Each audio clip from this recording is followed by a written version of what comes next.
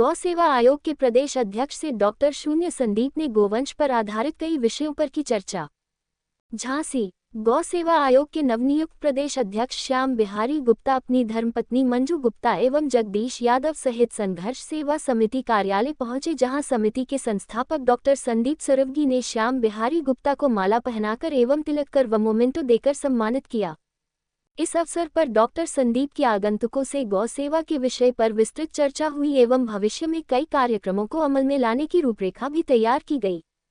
इस अवसर पर श्याम बिहारी गुप्ता ने कहा, प्रदेश में जो सामाजिक संगठन कार्य कर रहे हैं इस बात पर भी काम करें कि आने वाले समय में प्रदेशवासियों को कैसे शुद्ध हवा, शुद्ध भोजन, शुद्ध पानी प्राप्त हो। इन सभी का आधार गाय है। जब प्रदेश में सामाजिक संगठन आगे आएंगे तो हर किसान के पास गाय होगी, गोबर गैस संयंत्र व गौ आधारित खेती होगी तथा खेती आधारित उद्योग से आने वाले समय में बच्चों को एक प्राकृतिक भोजन मिल सकेगा। आज रसायन युक्त भोजन के कारण अस्पतालों में मरीजों की संख्या बढ़ रही है, बीमारियां बढ़ रही है।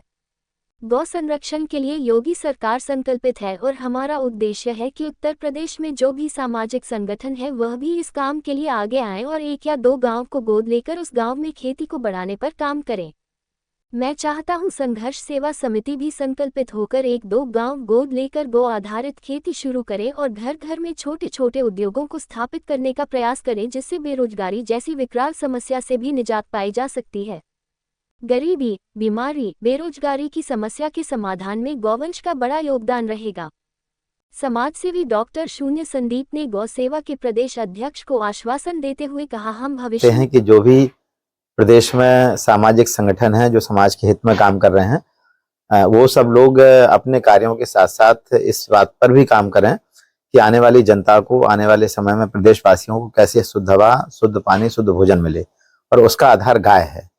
तो सामाजिक संगठन जब आगे आएंगे तो फिर हम अपने मिशन में पूरे होंगे और हर किसान के पास में गाय हो, वो गोबर गैस संयंत्र हो, गौ आधारित खेती हो, खेती आधारित उद्योग हो, जिससे आने वाले समय में बच्चों को एक अच्छा प्राकृतिक भोजन मिल सके और उनका स्वास्थ्य भी ठीक रहे। आज जो केमिकल्स के कारण अस्पतालों की संख्या बढ़ रही है, बीमारियां बढ़ रही हैं, गौवंश के संरक्षण के लिए योगी सरकार संकल्पित है और हमारा टारगेट है कि उत्तर प्रदेश में जो भी सामाजिक संगठन है वो भी इस काम के लिए आगे आए और एक एक गांव, दो दो गांव को एडॉप्ट करके उस गांव में गौ आधारित खेती को कराने का काम करें। तो मैं चाहता हूं संघर्ष सेवा समिति भी इस काम में आगे आए और एक दो गांव को एडॉप्ट करके वहां पर गौ आधारित खेती घर घर में हो और छोटे छोटे उद्योग घर घर में लगेंगे तो गरीबी, बीमारी, बेरोजगारी, ये तीन जो बड़ी समस्या है उसका समाधान में गौवंश का बड़ा योगदान होगा। और इसमें संघर्ष सेवा समिति से भी हम चाहते हैं कि वो इस दिशा में आगे आए।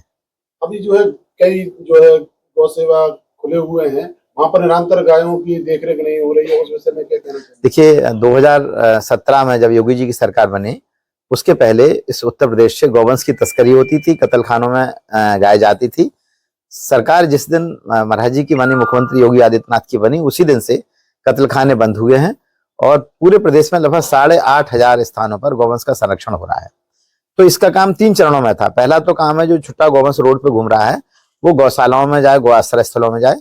दूसरा काम था कि वहां पर गौ आधारित प्राकृतिक खेती और गौ आधारित ग्रामीण अर्थव्यवस्था का प्रशिक्षण हो। और तीसरा काम था कि वो गाय, एक गाय किसान को पहले 900 रुपए था, अब जिसका आप 1500 रुपए हो गया। एक गाय ले जाओ 1500 रुपए महीना पाओ, 4 गाय ले जाओ 6000 रुपए महीना पाओ। तो जो दूसरा और तीसरा चरण है वो रुका हुआ था। हमारा दायित्व है कि हम गौवंश किसानों को देंगे, महिलाओं को देंगे। NRLM की 1 करोड़ महिलाएं हैं उत्तर प्रदेश में, हम उन महिलाओं को गौवंश देंगे और उनको गौ आधारित खेती कराएंगे। खेती आधारित कुटीर उद्योगों के माध्यम से शहर के लोगों को जहर मुक्त भोजन मिलेगा और गाँव में महिलाएं, किसान गौ आधारित खेती करने का काम करेंगे और गाय ही हमारी समृद्धि और स्वास्थ्य का आधार बनने वाली है। हमारे 5 प्रोग्राम है। पहला काम है इकोनॉमी, दूसरा एनवायरमेंट, तीसरा काम एनर्जी, चौथा एम्प्लॉयमेंट, 5वां एजुकेशन। तो ये 8,500 सेंटर है।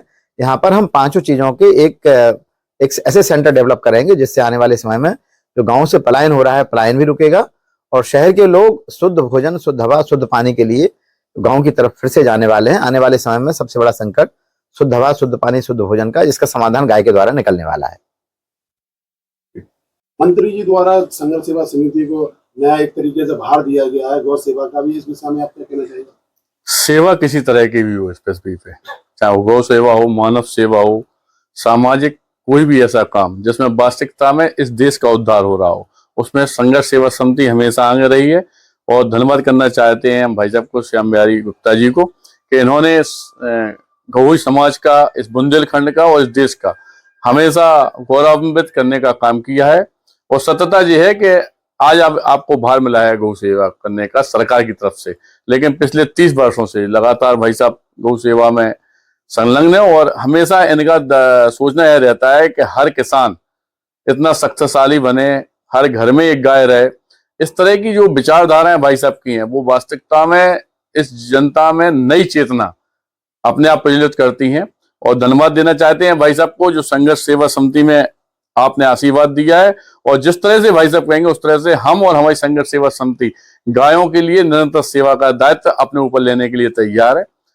धन्यवाद करना चाहते हैं।